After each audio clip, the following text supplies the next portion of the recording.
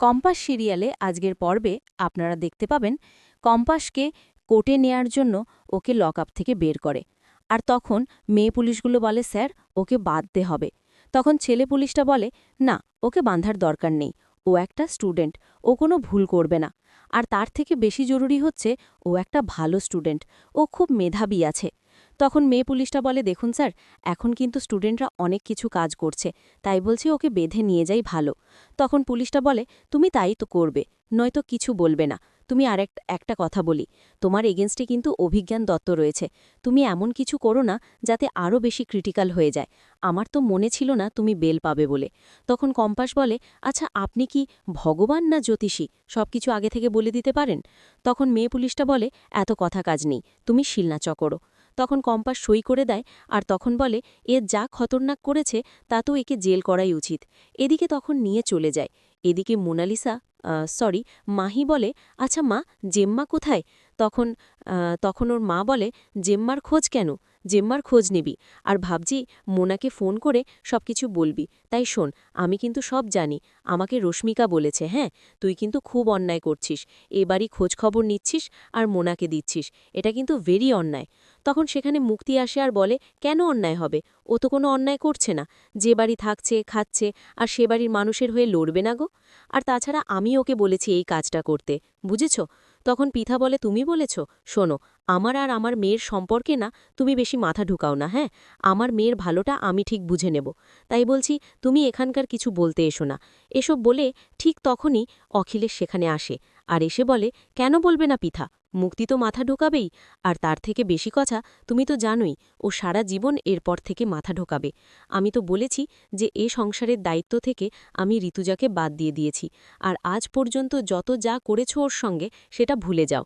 এবার থেকে তুমি মুক্তির সঙ্গেই কিন্তু সংসারটা চালিয়ে যাবে।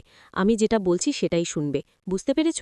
আর একটা কথা বলি, আমি এখন কোর্টে যাচ্ছি, তাই বেশি কথা বলার সময় রেখো না, আমি যেটা বলবো সেটা যেন হয়।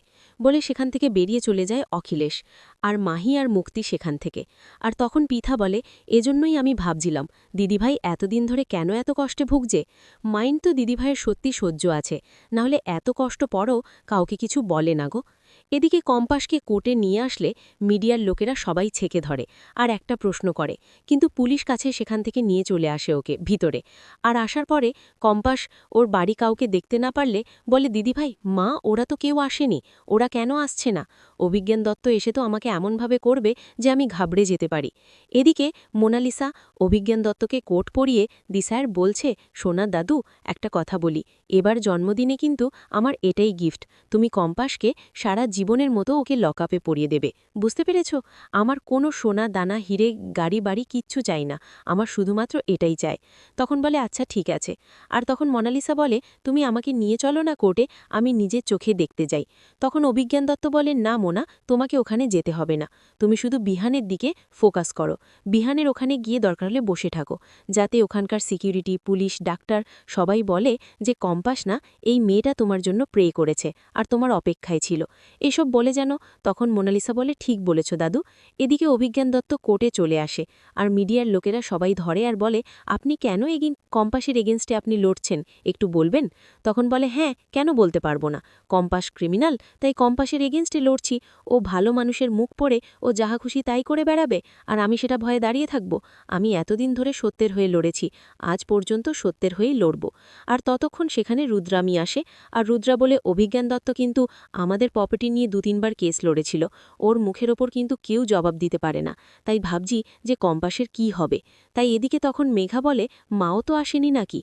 এদিকে কম্পাস ঘরের ভিতরে থাকে, ঠিক তখনই সেখানে চলে আসে অভিজ্ঞান দত্ত, আর সেখানে কম্পাস দেখে ও ভয় খেয়ে যায়। আর তখন সেখানে মেঘামালায় আর রুদ্রা সেখানে আসে, আর কম্পাস বলে, আচ্ছা দিদিভাই, মা আসেনি গো? তখন রুদ্রা বলে, মা আসবে, তুমি চিন্তা করো না গো, তুমি ঘাবড়াইও না গো, যেটা কথা সেটাই বলবে কিন্তু। তখন উকিল বলে, আপনি সব কাগজপতি এনেছেন তো? হ্যাঁ এনেছি। তখন বলে, শোনো, তুমি কিন্তু গুছিয়ে সবকিছু বলবে, আর ল্যাবে কি হয়েছিল ওটা কি করে বলবি তো? ওটা কি করে বলবো? আর বাবার কথাটা তো আমি ঠিকঠাক বলতে পারবো না গো, কারণ বাবাকে যে ওরাই লুকিয়ে রেখেছিল, ওরাই জেলে রেখেছিল, সেটা তো কোনো প্রমাণই নেই, এখন কি করব? ঠিক তখনই সেখানে অখিলেশ, মুক্তি আর মাহি আসে, আর এসে ওখানে বসে। আর তখন কম্পাস কম্পাসকে বলে আর কথা বলো না, এখনই জজ সাহেব চলে আসবে। আর তখন জজ সাহেব আসলে সবাই ওখানে করে দাঁড়িয়ে থাকে, আর জজ সাহেব সবাইকে বসতে বলে।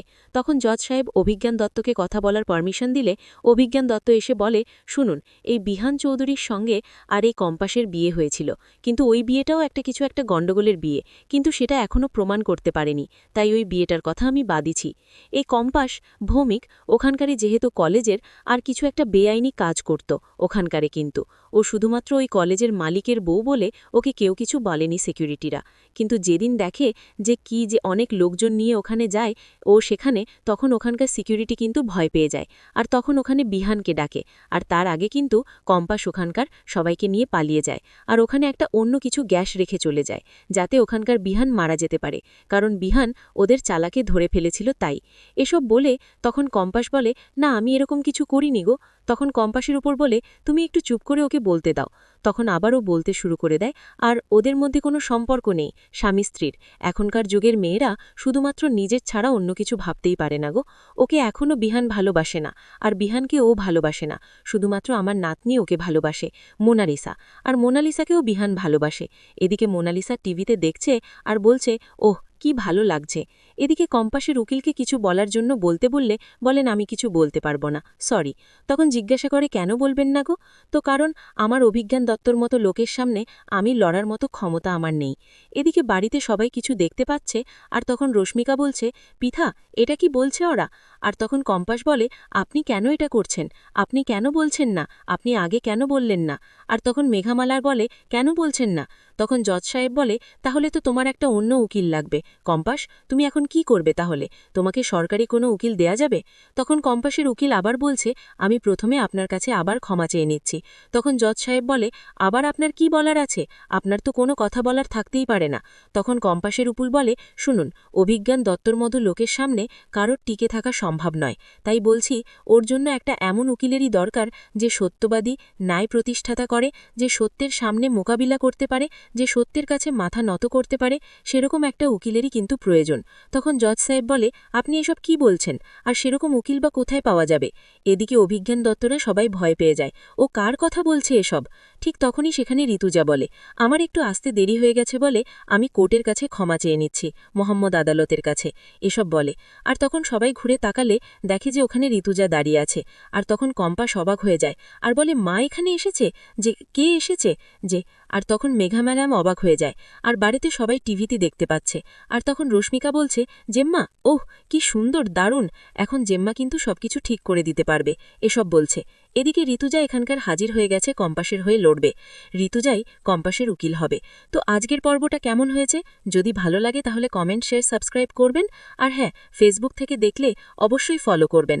আর আমি যদি কোনো জায়গাতে ভুল ত্রুটি বলে থাকি তাহলে আমাকে ক্ষমা করবেন। আর আপনারা বেশি বেশি কমেন্ট করবেন। আপনাদের একটা ভালো কমেন্টের আশাতে আমার কিন্তু ভিডিওটা বানাতে সত্যি খুব ভালো লাগবে।